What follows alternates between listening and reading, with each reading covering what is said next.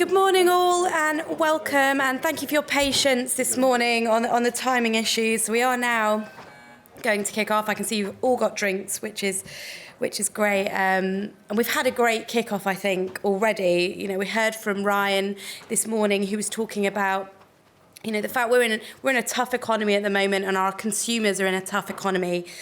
But we've got better tools, we've got better data and better technology than ever before to help these consumers and find the right solutions for them. We also heard from the economic update there around the excess savings that we've seen consumers have built up during the pandemic, but they're already beginning to eat through those savings. And Equifax are publishing a report that will be out tomorrow that talks about the impacts of the cost of living crisis, what's happening with those savings, and then what we're seeing coming next, which is really insightful and also touches heavily on the energy sector and the impacts that that's had. So I do recommend that you check that out when that comes out tomorrow on LinkedIn. And we've got a really interesting set of panels today, kicking off in hot water. So I'm going to invite Stuart up to the podium to host this great group of guests to talk through about our utilities customers in this industry and in this tough times. Welcome, Stuart. Let me give you applause. Oh, thank you. It increases my chance of getting some at the end of this session. All right, thank you, everyone. So my big contribution to this is coming up with the in hot water pun.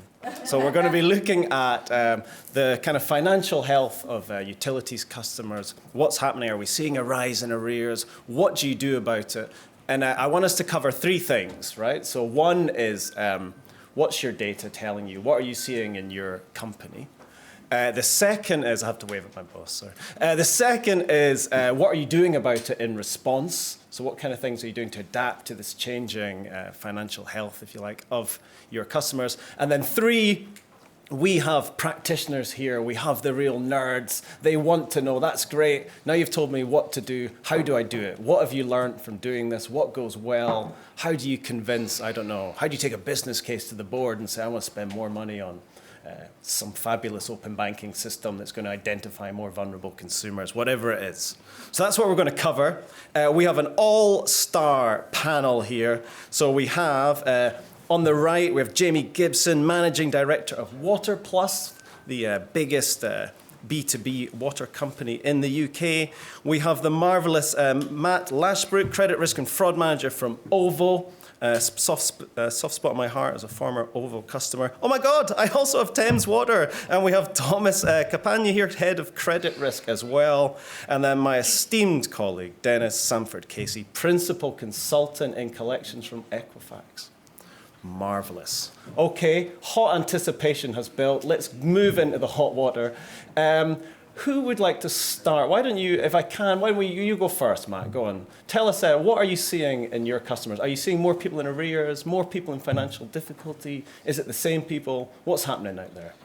Well, I think based on what we discussed, the presentation panels this morning, we're not yet seeing the massive increases that we've potentially been worried about. You know, we've still got similar numbers of customers falling into arrears. Yes, the average value has gone up. Energy prices have gone up. There's no secret there. But the types of customers, it's pretty much the same as it has been. It's, Christian talked about sort of sleepwalking towards, something that's going to hit us. But yes, it's we are preparing for potentially different customers to start falling into arrears and looking at what might be coming, but right now, it's not yet as bad as we thought it would be. And when you talk about different customers, do you have a sense of who it might be? Or? Yeah, certainly. I think, like I said before, there's 2 million customers in the UK that are going to go off fixed rates mortgages, and they're suddenly going to be paying quite a bit more. So are they going to start struggling? Utilities isn't necessarily the top. It is a priority bill. It's not necessarily the top of people's priorities when it comes to paying for these things. Is that going to be the first thing they stop to pay, just to try and keep their disposable incomes at the same level? But also these customers may not know what's out there to help them. They may not have struggled before. So that's where we think the challenge is going to start coming from. Excellent. All right, we're going to come back to what you're doing about that, so you can start bracing yourself. Thomas, are you seeing similar to Matt? Are you seeing what's happening to your customers? It's interesting because obviously you don't turn off water, so there was always an expectation that people will stop paying their water bill. It hasn't happened yet. Certainly not the way we expected it. The reason perhaps is that water is always later to increase prices, so the water prices last year hasn't increased that much, and the water bill is relatively small. We are talking about £400 or £500 a year. So a lot of our customers on payment plans are coping remarkably well. The payment rates on those are still very, very strong. Where we see a deterioration is the stressed customers. Now there is also a lot of pressure on water companies to identify vulnerable customers. Our PSR, which is the Priority Services Register, and the social tariff is increasing. And also when we look at specific segments of our customers who are generally tend to be more stressed, we have seen about 10% deterioration. So the data is there. It's very difficult to isolate because we are talking about less than 10% of the customers who are massively impacted. Really, the people who are already struggling, those were the people impacted in the last year. And the question is, what happens this year? Great tee up, thank you. What a pro. Jamie, you are dealing with a different kind of set of customers. So we're talking about consumers there. You're dealing with, as I understand it, mostly small businesses, but some of those could be, I guess, family running a shop or something like that. Can you tell us first just a little bit about the kind of consumers you normally deal with? And then if you're seeing that same thing, are you seeing this generally, overall people doing all right, but that group of the worst off getting much worse off more quickly? Yeah, more than all. I think you're right. So Waterplus is 100% B2B. And whilst that is the case, 80% of our customers probably use similar water to what we would. So the characteristics you see are very similar. Our underlying early collections have held up, but we are seeing certain sectors just starting to struggle. I think like all of us, people are going out a bit less because there's less money. So the hospitality sector, when the pub used to be open every day, it's only open a few days. And we are hearing from them saying it's harder for them to pay. The other area we are seeing, and I think like a lot of utilities, is we're having to do a lot more visits and we're finding a lot more empty properties there where we didn't know were empty. And I think that's been the case since I was at Severn Trent Water 20 years ago. So we're starting to see that rise, particularly in the high street and stuff. There's people moving on quicker, and that creates a challenge for us. And when people are, if you've got those small retail customers, are they mixing their household finances and their business finances? Is it all sloshing around the same bank account? You'd imagine so. We can't say that for sure, but again, my partner, she used to run a small business, and if that's struggling, then it tends to be on both sides as well. So you do believe that's the case, yeah. Got it. Okay. Dennis, you are working with lots and lots of different clients. Then you've got the access to all our bureau data and all the payment plan data. So you've got a kind of big picture. Are these isolated cases, or are you seeing the same type of thing? What's going on out there? Yeah, I think it's interesting times at the moment, and you've heard it a lot spoken about this morning, particularly around contradictions. There's a lot of contradictory data. So when you look at the bigger picture, when you look at what's going with the bureau data, when you look at what's happening sort of with individuals, ultimately the data is relatively benign at this point in time. So, for example, when we're looking at arrears rates at the moment, it's remaining relatively flat, and it's actually still generally below pre-pandemic levels. But kind of running alongside that, you've then got the consideration around the macro environmental factors at the moment that got talked about earlier, and what impacts they could be having. So we've heard a lot about, for example, people using their savings that they built up during the pandemic, and therefore are they using that to help sort of manage through the more difficult conditions at the moment? And if they are, how long is that sustainable? So the kind of things that we start to see in the data, just some interesting little pointers at the moment, specifically looking at the utilities type data, there's actually been a drop-off in arrears over the past few months. So not surprisingly, last year, as prices increased, there was a bit of an increase. It was never a massive increase, but it's still increased and increased consistently. That's actually plateaued and has now started to drop off. What we are seeing alongside that is just an increase in mortgage arrears a little bit at the moment. Now, the reason that's interesting is because we tend to get that seasonally. So we do see that. You see it goes up and then it plateaus and drops off a bit. At the moment, the data's increasing a little bit more than it has done previous years. So not at a disastrous level, but it is increasing. So we're keeping an eye on that to see what it does and whether it plateaus, as it does in previous years, and then settles back down. Because, say, generally, you look at the data, you feel it's sort of relatively benign. If you then start to overlay it against some of the economic data, bank write-offs at the moment are also increasing against personal loans. But then when you compare that to what was happening in 2007, 2008, it is tiny compared to that. That had huge spikes, whereas now we're sort of just seeing small increases. So I think the message you're sort of hearing from everyone today is actually things seem quite benign at the moment. The data's quite benign. There aren't disastrous areas of people falling into arrears. The picture isn't that bad, but it is still, everyone's kind of just waiting, holding their breath, waiting to see what happens, which is probably quite fair when you start to take into account the potential macroeconomic changes, and could something globally come into play that might affect people more later in the year. Wait and see on that one, but at the moment, yeah, it's looking pretty flat and it's actually not too bad as things stand. Got it, thank you. So I think there's, we've had 2 or 3 groups of people that maybe we're a bit more worried about. So people with a mortgage has come up a couple of times. Thomas, you spoke about people who went into the crisis in difficulty and that situation getting much worse. Jamie, I think you were sort of hinting at there different maybe sectors being affected in different ways. Before we move off the data and onto what you're doing about it, is there anyone want to flag any other particular groups of customers that you think are particularly vulnerable or that you're worried about? The answer can be no. It's okay. I don't necessarily say it's that those you're worried about. I think one interesting one, which particularly the open banking data shows, which is kind of relevant to this sector, is when you look at the sort of spend on energy, particularly as a percentage of people's incomes. When the government sort of put in place all the support schemes, which was very good of them, what the data does actually show, though, is it wasn't targeted at all, and actually those people on the lowest incomes have been the worst impacted again, because the people on higher incomes, yeah, they had bigger bills, but they had a higher income to cope with it, and they've then got the same help. So it's interesting, again, when you start to look at that, you can start to see that it was a nice idea, but again, quite badly targeted. So it's always the people at the bottom that tend to be impacted the most. And I think there was a question in the previous session around, are there a group of people we just can't even see in the data? Now, that's a bit of an unknown. There probably are. There are probably some that have no credit at all and therefore aren't appearing in the data, that makes it much harder to see.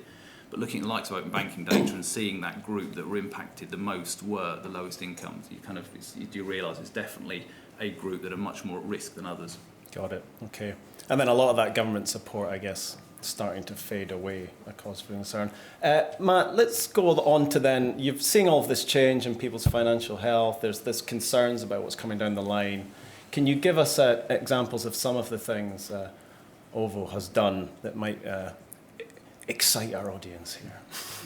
I'll try. It's never that exciting, but we see the biggest challenge with these customers that may not have been raised before is the fact that they probably don't know that there is support out there for them, from over many other companies, but it's also they may be too afraid to actually approach us and talk to us about that. There may be more of an embarrassment factor because they've not been in this situation before. So we spent some good time going back and looking at all of our communications to customers, making sure we are showing that right level of empathy and showing that actually, look, we're not the bad guys the media always make us out to be. It's not, we're not choosing to put up the bills this high. Inflation isn't all of our fault.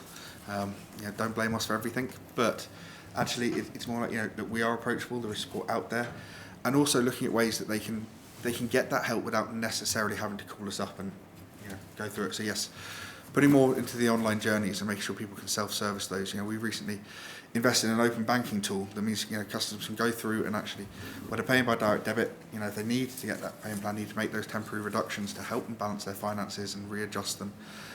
They can actually go through that, and we can offer those long-term extended arrangements. We extended how far we're willing to recover that money up to 3 years to customers. Actually, we can offer that through self-service journeys because customers can go through the open banking journey, and we know that that's where they are genuinely going to be struggling to pay, so they can do it all themselves. And where actually they maybe can afford that a little bit more, it's then signposting them, directing them to actually where can we talk to them through their consumption levels, where can we talk to them about actually balancing that in the longer term, and also signposting them to other organisations that we partner up with as well. So that's been a lot of our focus at the moment. Is it popular? Do customers want to do the open banking? Do they choose it? Do they finish it? How has it been as popular as you hoped? It started off probably less popular than we wanted it to. We're continuously looking at how we actually, highlight that to customers, and actually try and direct, again, we don't want to sort of, send it out to everyone because most people will probably ignore it, but actually those that are struggling, we've working with our data science team, we've got a fantastic team over there who've helped us build some sort of predictive models using external data and our own internal data to try and look at customers' behaviours and sort of see actually these customers are starting to struggle. They're starting to show that in the next couple of months they might start failing their payments. They might decide to cancel it. Those are the ones we're being more proactive at reaching out to and showing them actually, this is what it can help you with. And it's getting more and more popular. Excellent. Okay. I'm going to come back to that and figure out how you did that and won support for extending payment plans, etc. But Thomas, what are some of the things that are happening at Thames Water in response to what's going on out there? Yeah, I think probably in anticipation of a stress, but also in response, we have ramped up the support for vulnerable customers massively, and that includes a number of different things. So we've implemented a new online INE that will help the customer journey. It will also help having all those important conversations so that they don't need to necessarily go through only the contact center. It has integrated open banking and credit bureau connection, so it's a really important piece.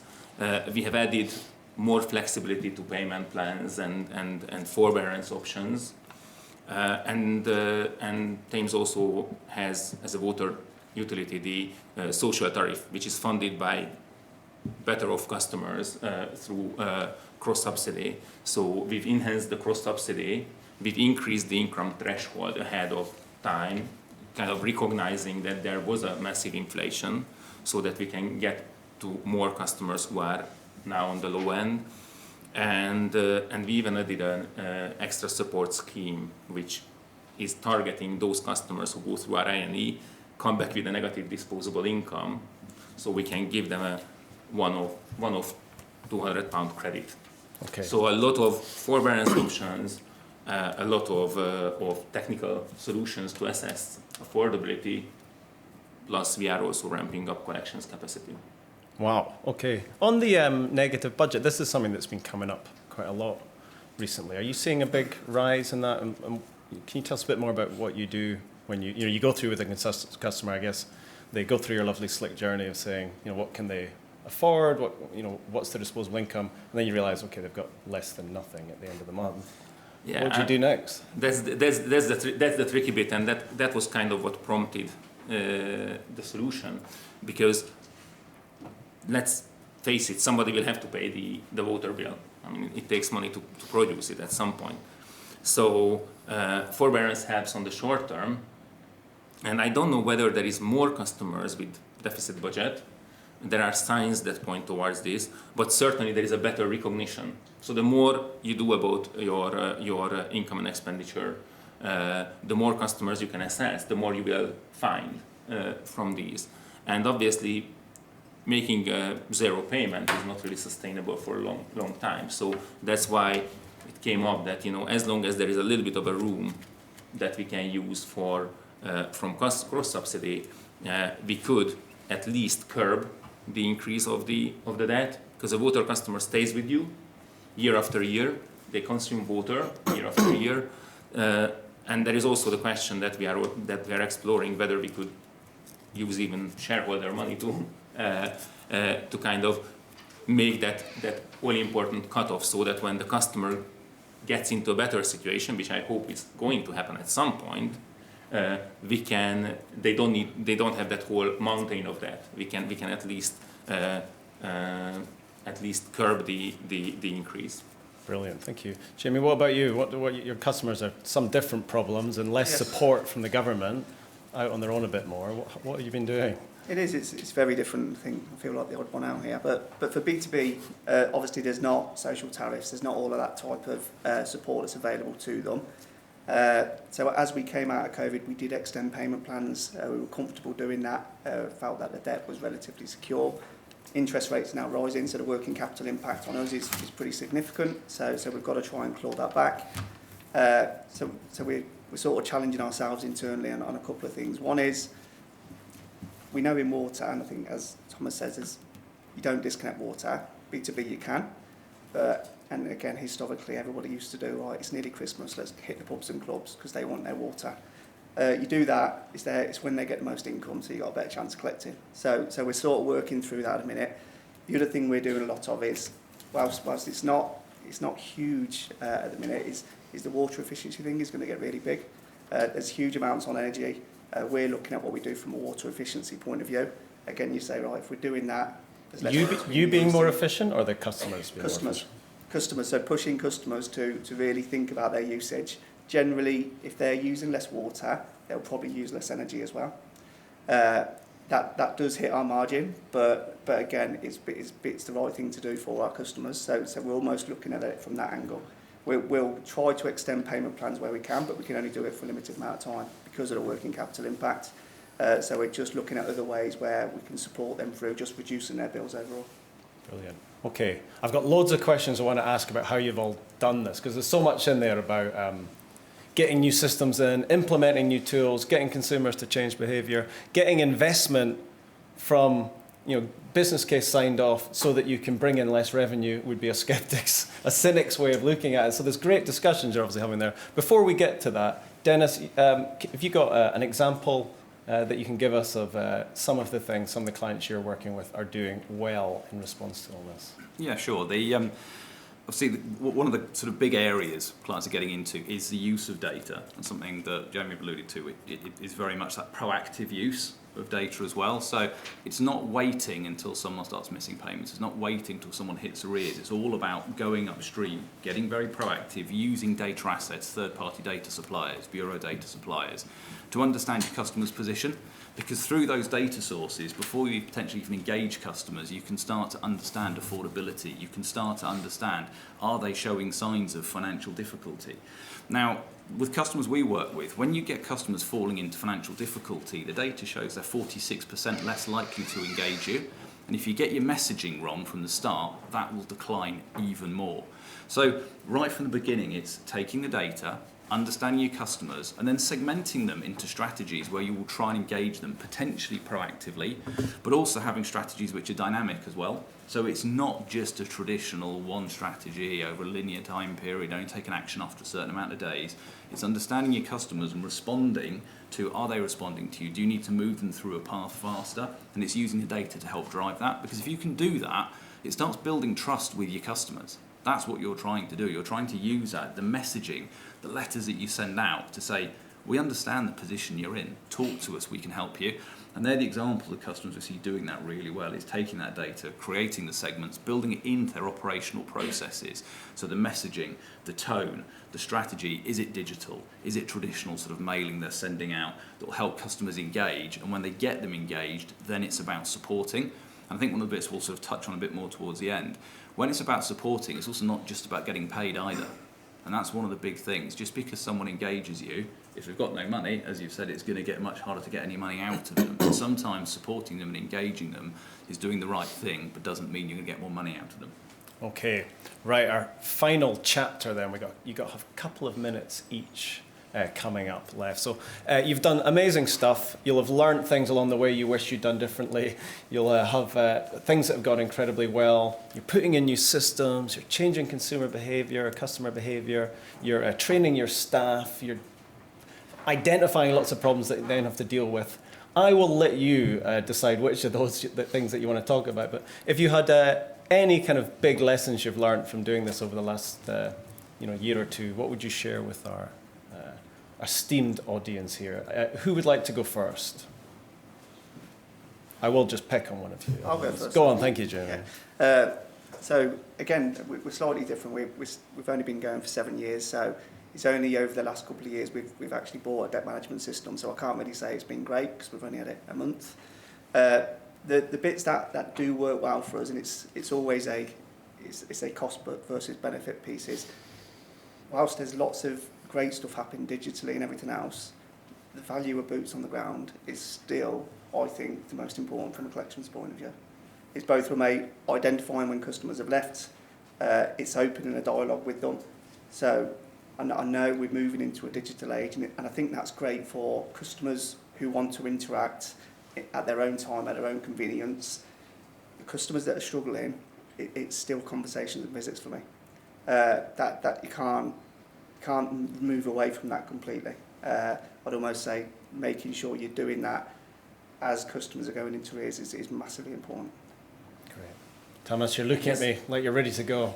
Yeah, because I was teed up here by the, having all those conversations, and that's true. Having the conversations is really, really important, especially when we go into an INE that is long. So the average handling time in the contact center is really, really, really long. So that's when it becomes important to add technology to the journey, to engage the customer with self-serve, to help them to do it on their own time. And basically what we need to do is get massive engagement from the senior leaders and ExCo to be able to fund it. And what persuades them? What gets their attention?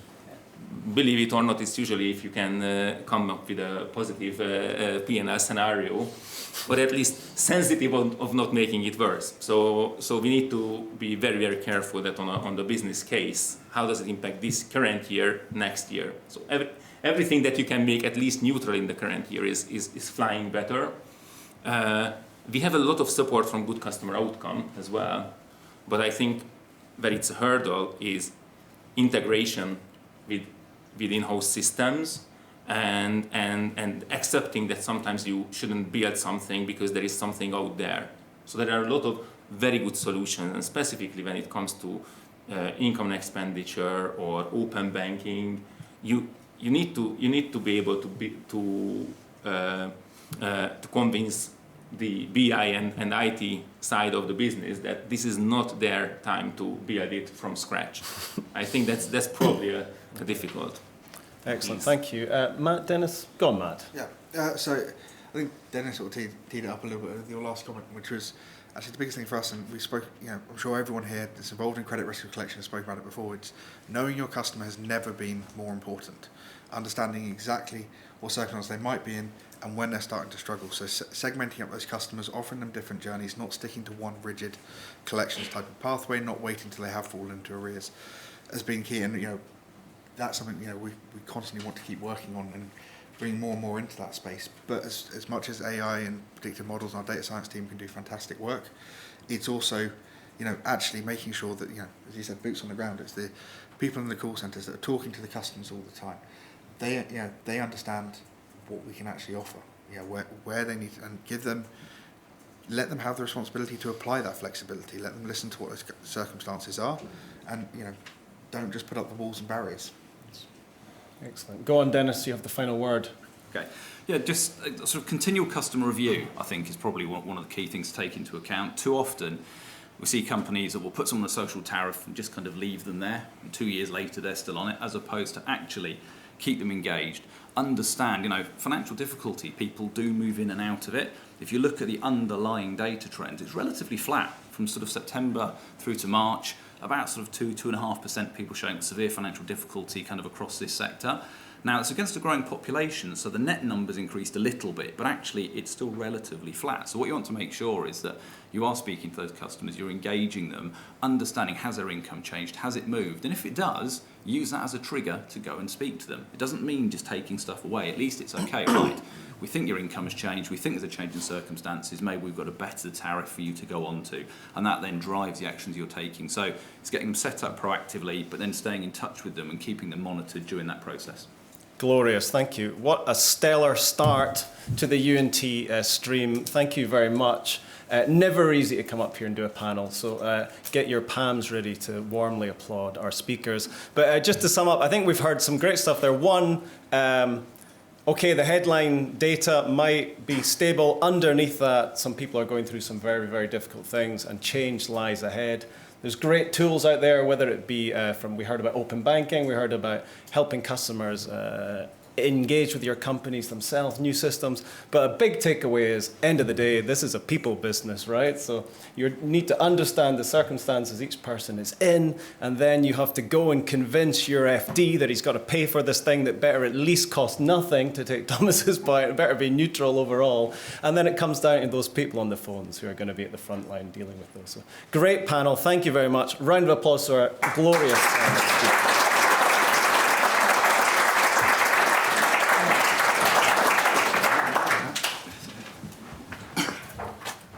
Fabulous. And thank you to Stuart as well for expertly hosting that. So let's give him a round of applause.